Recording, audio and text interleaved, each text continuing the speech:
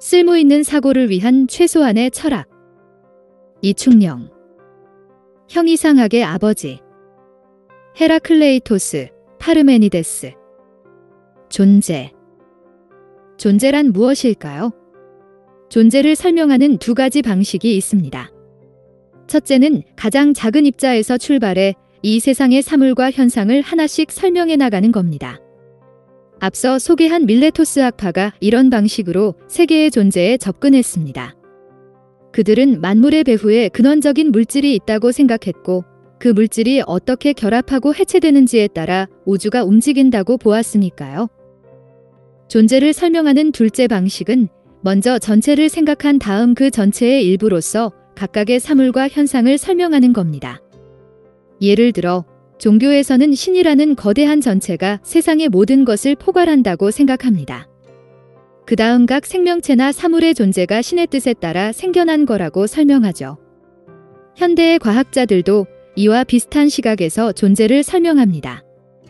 전 우주를 지배하는 과학 법칙을 상정한 뒤 그 법칙에 따라 세상의 구체적 현상을 설명합니다. 고대 그리스의 헤라클레이토스와 파르메니데스는 바로 이 둘째 방식으로 존재에 접근하는 걸 유행시킨 철학자들입니다. 이들은 만물이 근원적으로 어떤 물질로 이루어져 있는지에 별로 관심을 가지지 않았습니다. 이들에게 물질은 전체적 원리에 포괄되는 것이지 존재에 대한 근본적 설명은 아니었습니다. 헤라클레이토스는 같은 강물에 발을 2번 담글 수는 없다는 말로 잘 알려져 있습니다. 그는 만물이 끝없는 변화의 상태에 있다는 걸 강조했습니다. 강은 계속 흐르기 때문에 우리는 한번 발을 담갔을 때 살결에 닿은 물과 다시는 만날 수 없습니다. 그 물은 내가 발을 담근 순간 이미 흘러가 버리니까요. 헤라클레이토스는 세계 전체가 마치 흐르는 강물처럼 변화하고 있다고 생각했습니다. 배고픔이 생기면 음식을 먹어서 배를 채우고 물을 머금은 붉은 햇볕이 비추면 마릅니다. 그는 단순히 세계가 물로 이루어져 있냐 불로 이루어져 있냐 이런 걸 밝히는 게 중요한 게 아니라고 생각했습니다. 그보다 물, 불, 공기, 흙 등 모든 물질은 한순간도 쉬지 않고 변화하고 있다는 걸 파악하는 게 가장 중요하다고 봤죠. 헤라클레이토스가 생각하기에 변화는 투쟁이 성격을 가집니다. 만약 모든 것이 평화롭게 자기만족 상태에 있다면 아무런 변화도 일어나지 않을 겁니다. 세상이 항상 변화하는 건 서로 대립하는 힘들이 자신의 목소리를 주장하며 경쟁하고 있기 때문입니다. 이런 의미에서 헤라클레이토스는 전쟁이 모든 것의 왕이다라고 말했습니다. 꼭 나라 대 나라의 전쟁이 아니더라도 기본적으로 세상의 존재 자체가 거대한 싸움판이라는 거죠. 헤라클레이토스에게는 이 싸움과 변화가 모든 것이 생기고 사라지도록 하는 원천이었습니다. 파르메니데스는 헤라클레이토스와 반대로 세상에는 그 어떤 변화도 없다고 생각했습니다. 그는 존재하는 것은 완전하고 움직일 수 없으며 끝이 없다고 말했습니다. 세상 전체는 언제나 이미 하나의 존재로서 완결적인 상태일 뿐 거기에서 더 보태거나 빠질 것도 바뀔 것도 없다는 이야기입니다. 이 주장은 철학사 전체를 통틀어 가장 이해하기 어려운 주장 중 하나입니다. 이 파르메니데스의 알쏭달쏭한 말을 이해하는 데는 다음의 비유가 도움이 됩니다. 과연 우리는 우주 바깥을 상상할 수 있을까요? 어떻게 생각하느냐에 따라 다릅니다. 지금 우리가 존재하는 우주가 4차원의 시공간이고 그 이상의 차원이 존재한다고 생각할 수는 있습니다. 혹은 지금의 우주는 공간적으로 한계가 있으며 그 바깥에 또 다른 우주가 존재한다고 생각할 수도 있죠. 그런데 한번 각도를 틀어서 생각해보면 결국 다른 차원이든 또 다른 우주든 전체로서의 포괄적인 우주 안에 포함되는 거라고 볼 수도 있습니다. 이렇게 생각하면 사실 우주는 그저 처음부터 하나의 전체로서 존재할 뿐 그 전체에 대해 근본적인 변화는 아무것도 일어나지 않는 거라고 볼 수도 있습니다.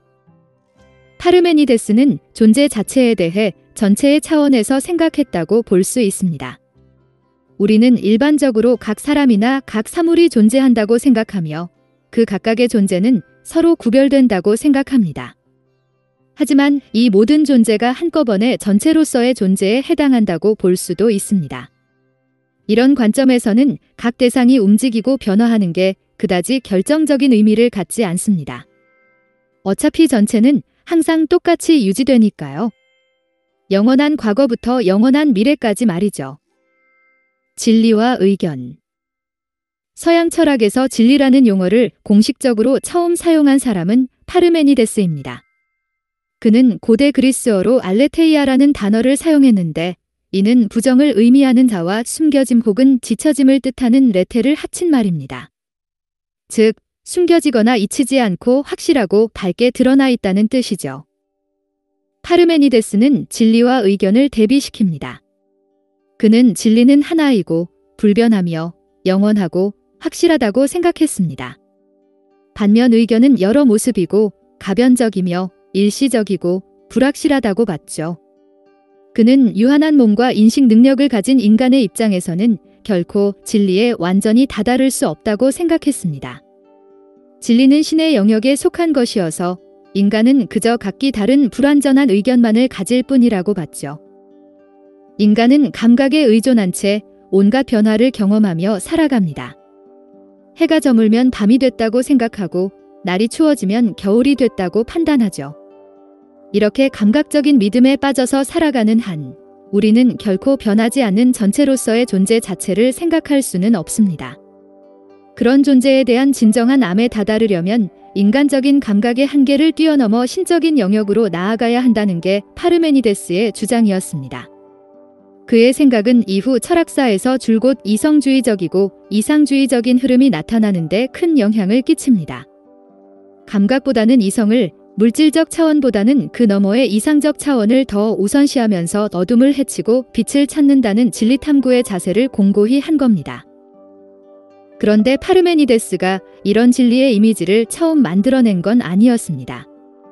그 이전에 그의 스승이라고 알려진 크세노파네스는 깨끗하고 순수한 정신을 혼란스러운 무지의 상태와 대비시켰습니다. 또한 헤라클레이토스 역시 인간이 평소 갖는 무지의 상태를 어둠에 비유했습니다. 그는 대부분 사람이 깨어있을 때도 마치 잠자는 것처럼 세계를 제대로 이해하지 못한다고 주장했습니다. 사람들은 만물의 배후의 변화와 투쟁이라는 원리가 있다는 걸 보지 못한 채 그저 그때그때 눈앞의 감각적 현실만 주목하며 살아간다는 거죠. 진리라는 용어를 본격적으로 사용하지 않아서 그렇지 헤라클레이토스 역시 진정한 암에 이르는 길을 빛으로 나아가는 과정으로 생각했습니다. 헤라클레이토스와 파르메니데스의 철학에서 암, 이해, 진리 등이 핵심 주제로 등장한다는 건 이전 밀레토스 학파의 자연철학과 상당히 다른 점입니다. 자연철학자들은 인간을 탐구하는 것보다 자연을 탐구하는 데 관심이 많았습니다. 자연의 근원이 무엇인지를 과학적으로 밝혀내려 했죠. 그런데 헤라클레이토스와 파르메니데스는 자연에 대한 지식을 논하는 데서 그치는 게 아니라 진간이 암에 이른다는 게 과연 무엇인가? 라는 지식의 본성 자체에 대한 질문을 던졌습니다. 이제 철학자들이 자연을 있는 그대로 받아들이기보다 자연에 둘러싸인 채 살아가는 인간의 모습과 인간의 관점에 주목하게 됐다는 변곡점을 보여주죠. 동일성 혹은 차이. 파르메니데스는 세상 모든 것이 어떤 마지막 지점에서는 동일하다고 생각했습니다. 그렇기 때문에 근본적으로는 그 어떤 변화도 일어나지 않는다고 봤죠. 그에게 변화란 그저 진리와 멀리 떨어진 감각의 차원, 의견의 차원에서나 일어날 뿐이었습니다. 얼핏 보면 이런 주장은 진지하게 받아들일 필요 없는 공상 같습니다. 하지만 우리 현대인의 일상에도 이 동일성에 기초한 사고는 깊이 깔려 있습니다. 사실 과학자들이 기본적으로 하는 일이 동일성을 바탕으로 세상을 설명하는 겁니다. 현대인이 가장 신뢰하는 물리학에서는 전 우주에 빈틈없이 적용되는 물리법칙이 있을 거라고 가정합니다. 눈앞에 보이는 현상 각각은 다 다른 특징을 가졌지만 그 모든 현상을 지배하는 상위의 법칙이 있다는 거죠. 그 법칙의 기준에서 보면 세상의 모든 것은 똑같습니다. 한치의 오차도 없이 전체의 질서에 통합돼 있을 뿐이죠. 물리학을 포함한 과학적 시각에서는 전체에서 벗어난 것, 전혀 다른 것은 결코 존재하지 않습니다. 파르메니데스와 달리 헤라클레이토스는 동일성이 아닌 차이를 기초에 두고 사고했습니다. 그의 생각에 따르면 세상의 그 어떤 것도 서로 동일하지 않고 심지어 자기 자신과도 동일하지 않습니다. 모든 것은 찰나로서만 존재할 뿐입니다. 무언가 하나가 세워지는 순간 동시에 그것은 무너집니다. 아니, 어쩌면 세워지기 이전부터 이미 무너지고 있는 걸지도 모릅니다. 예를 들어 저는 주민등록번호 기준으로 보면 태어나면서부터 지금까지 쭉 같은 사람입니다. 하지만 이 기준은 저에 대한 모든 것을 설명하기에 부족합니다. 저에 대한 모든 정보 따위는 존재하지 않습니다. 저는 태어나면서 지금까지 매 순간 변화하며 다른 사람이 되어 왔습니다. 그 결과 지금 찰나에 제가 있는 겁니다. 그리고 지금의 저는 미처 파악하기도 전에 미래의 저에게 자리를 넘겨줄 겁니다. 동일성이 아닌 차이가 저를 지배하고 있습니다. 하지만 헤라클레이토스도 어떤 점에서는 동일성의 사고로부터 결코 자유롭지 않습니다. 그가 변화, 투쟁, 차이를 강조한 건 사실입니다. 하지만 그럼으로써 그는 변화, 투쟁, 차이를 우주를 지배하는 최종적 원리로 격상시킨 측면이 있습니다.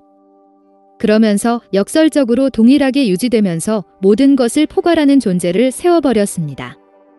뭔가를 비판하는 것처럼 보이지만 그럼으로써 오히려 스스로 그것에 빠져버리는 것, 이 패턴은 우리 일상뿐만 아니라 철학자들에게도 항상 나타납니다.